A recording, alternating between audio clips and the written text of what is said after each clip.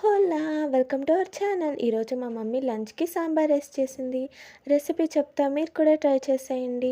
First gas on చేసి pan పెట్టి oil ఏసుకోండి. Oil heat అయ్యాక కొంచెం జీరా, ఆవాలు వేసి బాగా ఫ్రై చేయండి. అలాగే జింజర్, గార్లిక్ కూడా వేసుకోండి. సారీ గైస్, చిల్లీ వేసుకోండి. వేసుకొని బాగా ఫ్రై చేయండి.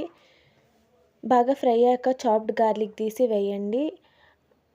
ఇవి 3 బాగా ఫ్రై అయిన దాకా ఫ్రై చేసేయండి. బాగా ఫ్రై అయ్యాక కర్రీ లీవ్స్ తీసి వేయండి గైస్.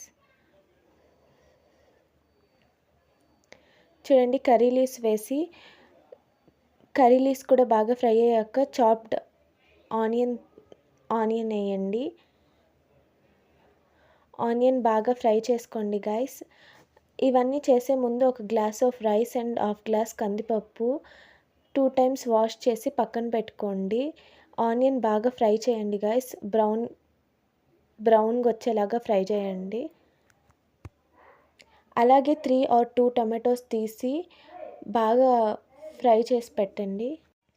టమాటోస్ బాగా ఫ్రై అయిన దాకా ఉండండి గైస్. బాగా స్మాష్ అయ్యేలాగా ఫ్రై చేసుకోండి. టమాటోస్ బాగా స్మాష్ అయ్యేలాగా ఫ్రై చేసుకోండి. అలాగే మీకు ఎలాంటి కాంటెంట్ కావాలో చెప్పండి, నేను అలాంటి వీడియోస్ చేస్తాను. టొమాటోస్ బాగా స్మాష్ అయ్యేలాగా ఫ్రై చేసుకున్నాక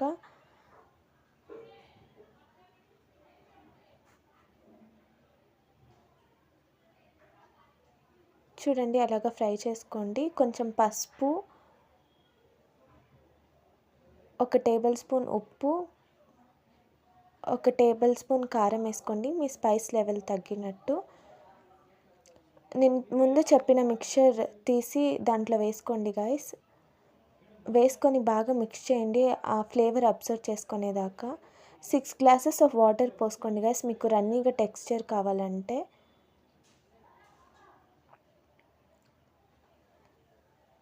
చూసారా, 6 గ్లాసెస్ ఆఫ్ వాటర్ వేసుకొని కుక్కర్ లిడ్ క్లోజ్ చేసేయండి. 5 విజిల్స్ దాకా వెయిట్ చేయండి గైస్. 5 విజిల్స్ అయినాక ఓపెన్ చేసి చూడండి. Sambar rice ready guys, without vegetables. కొత్తిమీర కొంచెం గార్నిష్కి వేసుకోండి. చూడండి, మిక్స్ చేస్తే ఎంత టెక్స్చర్గా ఉంది. అలాగే సబ్స్క్రైబ్ కూడా చేయొచ్చు కదా.